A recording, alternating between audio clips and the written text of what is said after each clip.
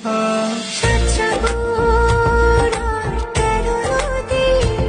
ওইদিকে দীপঙ্করের সাথে ভালোই টাকা কামাচ্ছে, এদিকে বাচ্চাও অ্যাক্টিং কম করছে না ভাই, বাচ্চাও ওইদিকে টাকা কামানোর রাস্তায় চলে আসছে।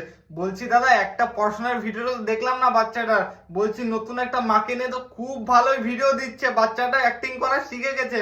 চাপ নাই আর তোমাদের, মা আর মেয়ে মিলে, আর এদিকে বাবা আছে পাশে, ভালোই টাকা হচ্ছে তোমাদের, বুঝতে পারছি ব্যাংক ব্যালেন্স একদম ভর্তি হয়ে যাচ্ছে।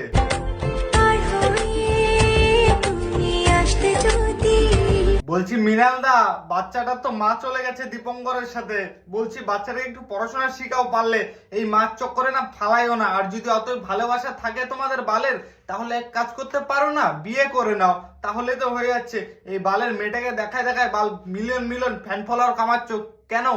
আরে বলছি বাচ্চাটা আছে তো, সুমির মেয়েটা, পড়াশোনা শেখাও ওকে, আর ওকে অ্যাক্টিং কেন শেখাচ্ছ ভাই? টাকা পয়সা কি কম হয়ে গেছে তোমাদের? সোশ্যাল মিডিয়া থেকে এত টাকা ইনকাম করছো তোমরা এইসব নাটক করে করে। আরে বলছি বাচ্চাটাকে পড়াশোনা শেখাও, না হলে বাচ্চাটার লাইফটা আছে না, যাবে একদম। কি ভাই, ঠিক বললাম তো কথাগুলা? অবশ্যই ফলো করে পাশে থাকো, আর ঠিক বললাম কিনা ভুল তোমরাই বিচার করো।